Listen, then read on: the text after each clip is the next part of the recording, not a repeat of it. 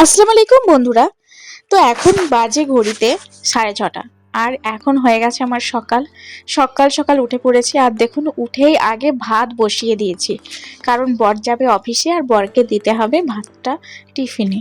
তো তার জন্য ভাত বসিয়ে দিয়েছি আর এখানে গরম জল দিয়েছি, কারণ যাতে তাড়াতাড়ি আমার একটুখানি রান্নাটা হয়ে যায়। রান্নায় গরম জল দিয়ে করলে তাড়াতাড়ি হয়ে যাবে। আর এই যে মাছ বের করে নিয়েছি, ফুলকপি আলু দিয়ে করব মাছ, আর এখানে করব শিম আলু দিয়ে ভাজা।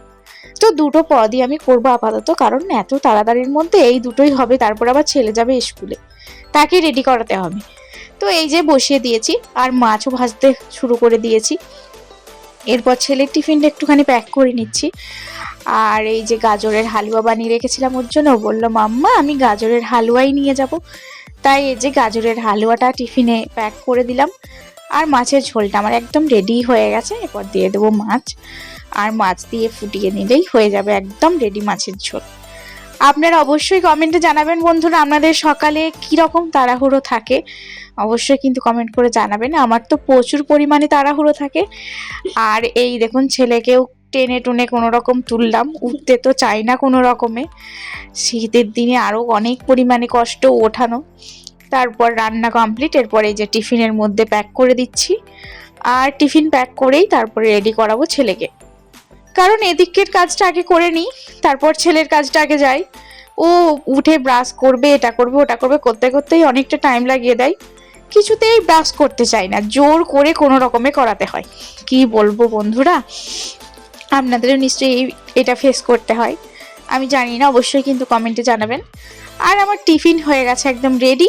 এরপর ছেলেকেও মোটামুটি চলুন রেডি করে নিয়েছি। এরপর এই যে আমার বর মশাইকে হতে হতে একটা করে করে জিনিস দিতে হবে, কোথায় কি আছে। আর ঘরের অবস্থা দেখুন, একদম পুরো খারাপ হয়ে আছে। এরপর এরা চলে গেলে, একজন অফিসে একজন স্কুলে, তারপর আমার ঘর গোছানো শুরু হবে। তো এই যে ছেলে ওই খেলনা নিয়ে দুষ্টুমি করে বেড়াচ্ছে। ও স্কুলে যাবে, ব্যাগপত্র ঠিক করে দিয়েছি, যাও ব্যাগটা নাও। না, ও এখন খেলনা বের করছে, ওর এখন খেলতে নাকি ইচ্ছে করছে। তো এইভাবেই কোনো রকমে কাটে আর কি। সকালটা একটা যুদ্ধ লাগে, আমার মনে হয় যেন একটা যুদ্ধ, একটা পরিমাণে বিরাট যুদ্ধ হয় সকাল থেকে। আর ফাইনালি এদেরকে রেডি করাতে পেরেছি। এরপর দুজন বের হবে স্কুলের জন্য। আর আমার এই ভ্লগটা যদি ভালো লাগে, অবশ্যই like comment share and subscribe, অবশ্যই সাবস্ক্রাইব করে পাশে থাকবেন।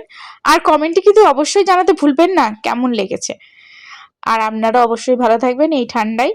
সবাইকে bye bye, happy and take care.